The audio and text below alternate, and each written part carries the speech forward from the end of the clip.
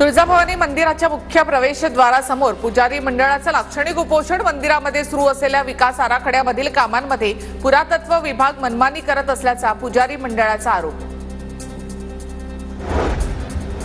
महाराष्ट्र सरकारच्या मुख्यमंत्री तीर्थदर्शन योजनेअंतर्गत चंद्रपूर जिल्ह्यातील 203 ज्येष्ठ नागरिक निघाले तीर्थदर्शनासाठी। 5 ते 10 फेब्रुवारी या कालावधीमध्ये करणार बौद्ध गया प्रवास। सरकार आपल्या वचनावर ठाम आहे, राजुरा क्षेत्राचे आमदार देवराव भोंगळे यांचं वक्तव्य। परभणी तालुक्यातील मटकरा ते आनंदवाडी रस्त्याच्या कामाला सुरुवात। मागील 8 महिन्यापासून अर्धवट काम झाल्यामुळे नागरिकांना त्रास सहन करावा लागत होता। सिंधुदुर्गमध्ये समुद्री वाळूसह तामिळनाडूची मासेमारी बोट ताब्यात। वाळूच्या 250 पोत्यांसह बोट आणि 14 खलाशी ताब्यात। भुसावळ शहरातील फुटलेल्या पाईपलाईनच्या दुरुस्तीचं काम पूर्ण, मात्र पाईपलाईनसाठी खोदलेले खड्डे बुजवण्याचा नगरपालिकेला विसर। तातडीने रस्त्यातील खड्डे बुजवण्याची नागरिकांची मागणी।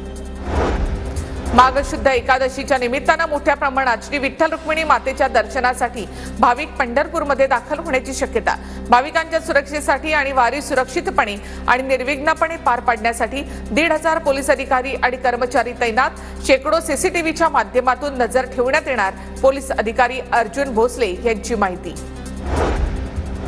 अमरावती जिल्हाधिकारी कार्यालयावर आदिवासी बांधवांचा मोठा मोर्चा। राष्ट्रपती द्रौपदी मुर्मू यांच्या केलेल्या अपमानाबद्दल राहुल आणि सोनिया गांधी यांचा निषेध, माफी मागण्याची मागणी। नाशिक पालिकेच्या वतीने आयोजित होणारा पुष्पोत्सव यंदा रद्द। उत्सवासाठी 47 लाख रुपयांचा निधी मंजूर करण्यात आला होता। आगामी कुंभमेळ्याच्या पार्श्वभूमीवर पैशांची बचत व्हावी या उद्देशानं हा पुष्पोत्सव करण्यात आल्याची माहिती।